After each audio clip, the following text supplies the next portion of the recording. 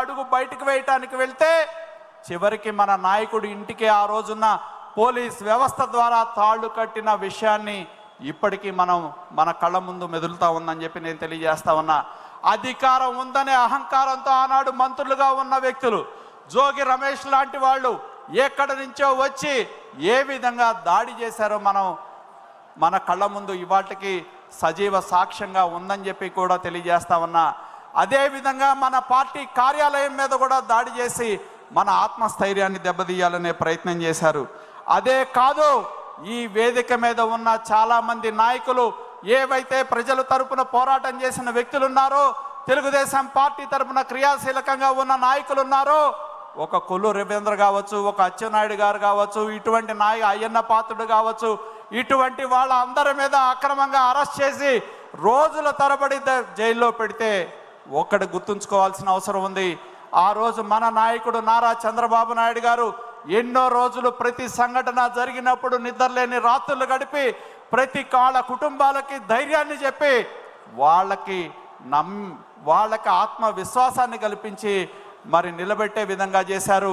అర్ధరాత్రి వరకు కూడా ప్రతి కేసు ఏం జరిగింది, ఎక్కడున్నారు, ఎవరు వెళ్ళారు, ఎవరు ఈ కేసులు చూస్తూ ఉన్నారనే అంశాన్ని ఎవరైతే అరెస్ట్ అయ్యారో వాళ్ళు బయటికి వచ్చే వరకు కూడా ఆయన పడిన ఆవేదన మేము దగ్గరగా ఉండి చూడటం జరిగిందని చెప్పి కూడా నేను తెలియజేస్తా ఉన్నా. మరి అటువంటి పాలన మనం గత 5 సంవత్సరాల్లో చూసాం. నోరు విప్పితే ప్రాణాలు పోతాయని చెప్పి భయపడి ప్రజలు ముందుకు రాని పరిస్థితి మనం చూడటం జరిగిందని చెప్పి నేను తెలియజేస్తా ఉన్నా.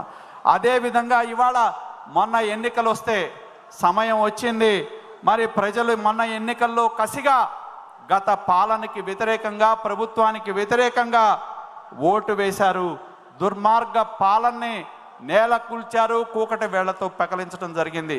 నారా చంద్రబాబు నాయుడు గారి యొక్క నేతృత్వంలో రాష్ట్ర ముఖ్యమంత్రిగా ప్రభుత్వం అధికారంలోకి వచ్చిన తర్వాత మళ్ళీ మన రాష్ట్రానికి వెలుగు వచ్చింది.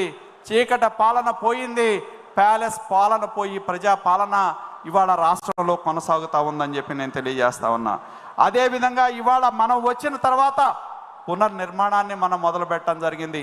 మరి ప్రధానమంత్రి మోడీ గారి చేతుల మీదుగా అమరావతి పునర్నిర్మాణానికి శంకుస్థాపన చేసుకున్నాం.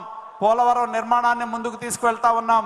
ఎన్నికల్లో హామీ ఇచ్చిన విధంగా ఇందాకే చెప్పారు మన నాయకుడు ముఖ్యమంత్రి చంద్రబాబు నాయుడు గారు. ప్రజా సంక్షేమానికి సంబంధించి ఏదైతే ప్రజలకు హామీ ఇచ్చామో వాటిని అమలు చేసే విధంగా మనం ముందుకు వెళ్ళటం జరిగింది. అలాగే రాష్ట్రం మీద ఒక నమ్మకాన్ని ఆయన కలిగించడం జరిగింది. రాష్ట్రంలో ఇవాళ చంద్రబాబు గారికి ఉన్న బ్రాండ్ ఇమేజ్ని ఉపయోగించుకొని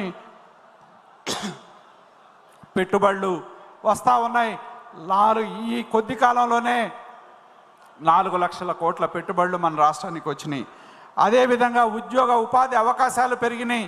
మరి నారా లోకేష్ గారి ఆధ్వర్యంలో మెగా డిఎస్సిని ప్రకటించడం జరిగింది.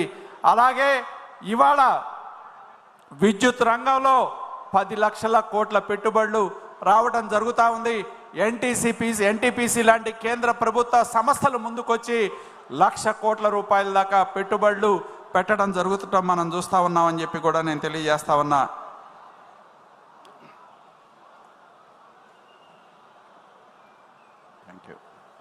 అదేవిధంగా ఇవాళ ఒక పారదర్శకమైన పాలన మనం అందిస్తూ ఉన్నాం. ఇది ప్రభుత్వం మొన్న జరిగిన ఎన్నికల్లో కేవలం ప్రభుత్వ మార్పు కాదు, ఇది ఒక పాలనా శైలిలోనే